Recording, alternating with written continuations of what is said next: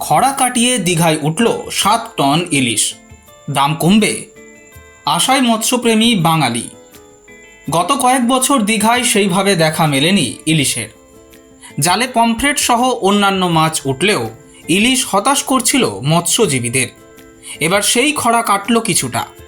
প্রায় 7 টন ইলিশ উঠল তাদের জালে, যার ফলে বাজারে ইলিশের দাম কমতে পারে বলে মনে করছেন মৎস্যজীবীদের একাংশ।